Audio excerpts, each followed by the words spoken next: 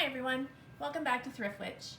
Today I have a fairly large haul of items from a recent trip to a couple of my local thrift stores. I always go in thinking I'm not going to find anything and then end up having a conversation with myself at the end about what I should put back on the shelf and what I should keep. So I'm always surprised by the amount and quality of items available at my local thrift stores. So let's get started. First item here up front, we have a wall plaque with a Christmas theme with pine cones and pine needles, and it says, "When the days are short and the shadows long, let the warmth of your hearth lead you back home," which I thought was quite sweet. I don't believe it's marked on the back. Again, I said sweet. Everybody take a drink. I was able to find a few kitty cats in this trip. So this first kitty here has a bit of an arched back. It's sort of a brownish tabby. Does have a sticker that says made in Taiwan, so probably not super vintage. However, I just thought he was really sweet and I picked him up for resale. Drink. Okay, I'm gonna stop. I'm gonna get one of those little buzzers that beeps every time I say it. Next is this hobbyist kitty piece. Standing on back legs, greeny yellow eyes. I thought he was adorable, and I think someone else will also think he is adorable. And the last kitty today is this kitty, who I cannot believe is not more damaged than he is. So look at this tail sticking way out, and how he sits is sort of unusual too. He sits kind of like in a playful stance. So the only damage to him is a little tiny chip on his ear. I just think he's great. Siamese kitten. I've noticed a lot of the figurines out there are vintage ones, especially are Siamese cats. And I don't know if that was just the popularity of that breed at the time or just something people preferred when they were, making these figurines or buying them. But it's interesting to me that, yeah, it's often a Siamese kitty cat. Next up is a not so vintage, as in they're not vintage at all, pair of fox salt and peppers. These were in a bag. I couldn't resist them. I think they're amazingly adorable? I'm gonna have trouble giving up on the S word. So they'll be for sale. Then we have a little frog. I've picked up a number of these drip glaze, shiny glaze examples of frogs. I think he's got a nice look. Here is another frog. This frog is actually a piece of vintage Avon. So he is Avon, Canada, 1982. And he's maybe a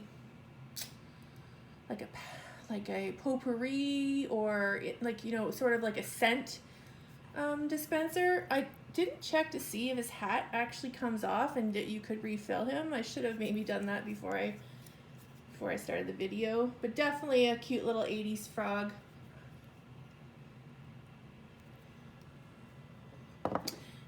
Next, another piece of, I guess I can't resist them, a little hand-painted tray or candy dish. This one's reticulated. That's the term I've heard used for when a piece of porcelain or ceramic is punctured like this.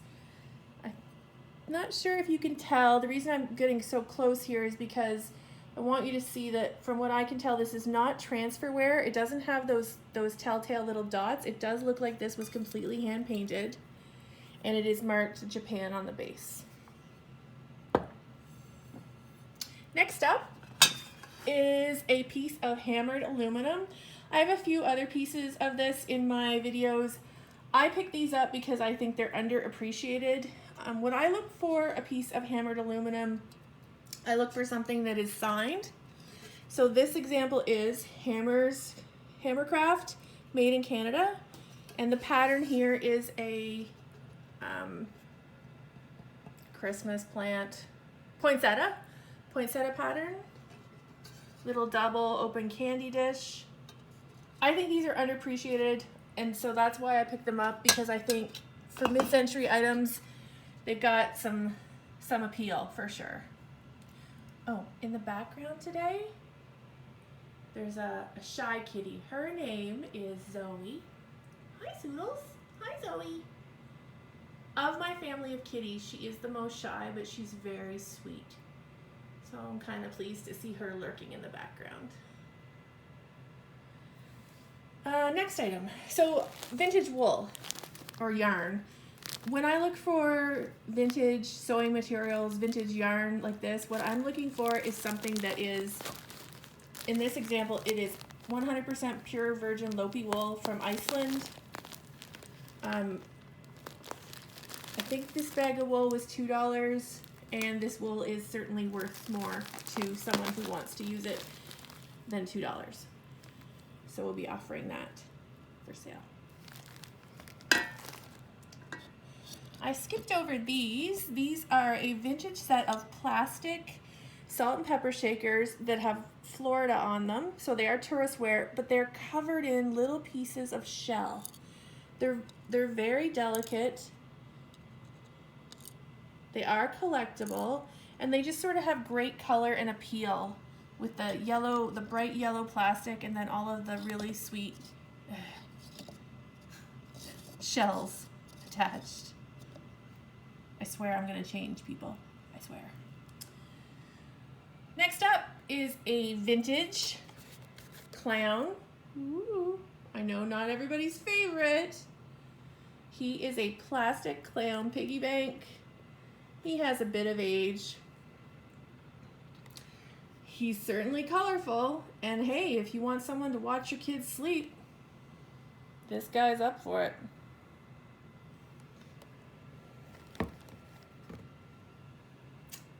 Next up, I bought a few vintage trolls. I don't know a lot about trolls. I'm trying to learn. Some of the things I know about these trolls are our little Expos troll is missing his pants. Excuse me.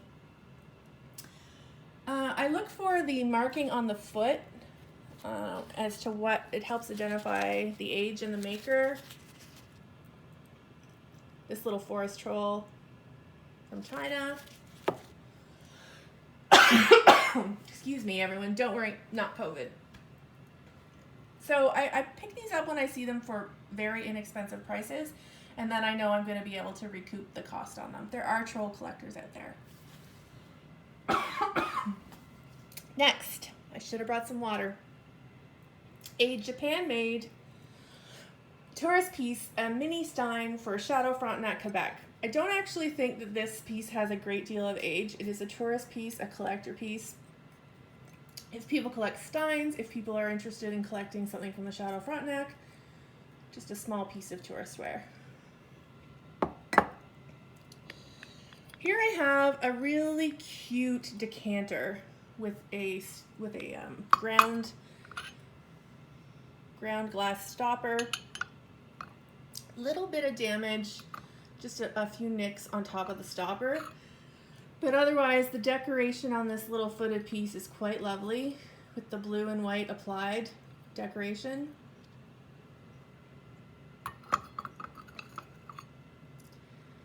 And does have a pontil indicating it was blown glass. Now here's an item that's so ugly, it's attractive, I guess, in my mind. This apothecary jar, decanter jar, is maybe check glass. It has a lid. There's some damage, well, not damage, really more just wear to the gold, to the applied gold decoration. It has these applied, I'll turn it so you can see, applied stones, colorful red stones. I've seen this form in more traditionally shaped candy jars examples. I have not seen an example of this sort of, you know, apothecary jar shape. When I first saw it, I thought this is either not old at all or has some age. I really wasn't sure, but I think it's probably from the 1970s, going by what information I was able to find online.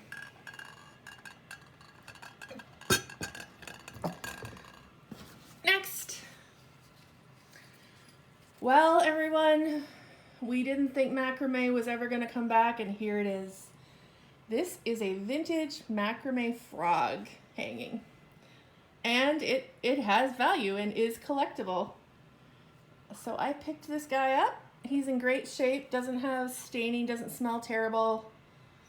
And yeah, he's going to fit in very well to my new Thrift Witch booth at the Gore Street Flea Market, where we'll be offering all kinds of kitschy stuff like him.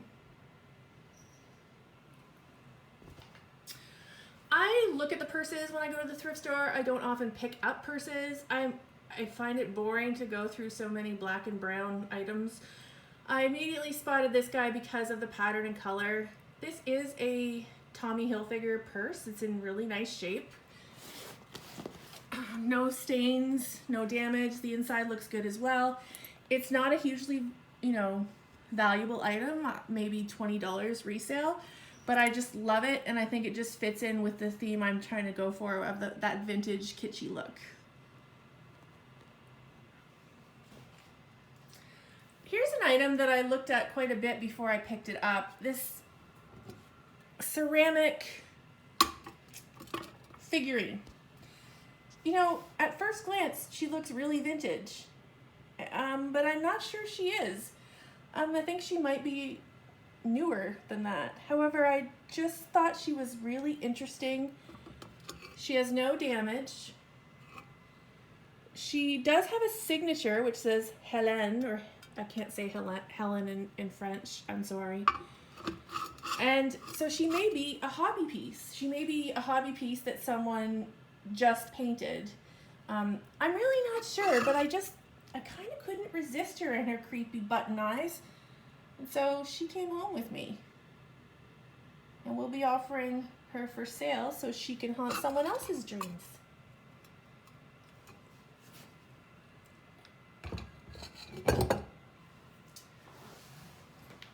Next up is, we'll skip the giant box on the table first.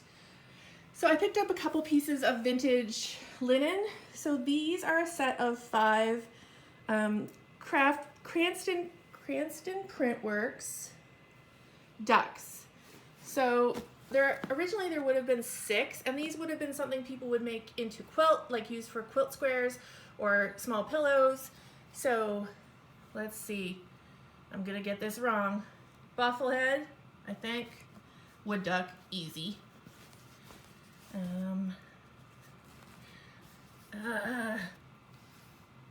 Not 100% sure. Blue wing teal? Not sure. Someone will have to correct me. Well, no, that's the teal. That's definitely a teal. And, maybe so is this. Okay, I don't know as much about ducks as I said I did. So these are cute. I picked those up for $1. Definitely someone who wants to do some vintage quilting, or again, decorate with ducks. We have these.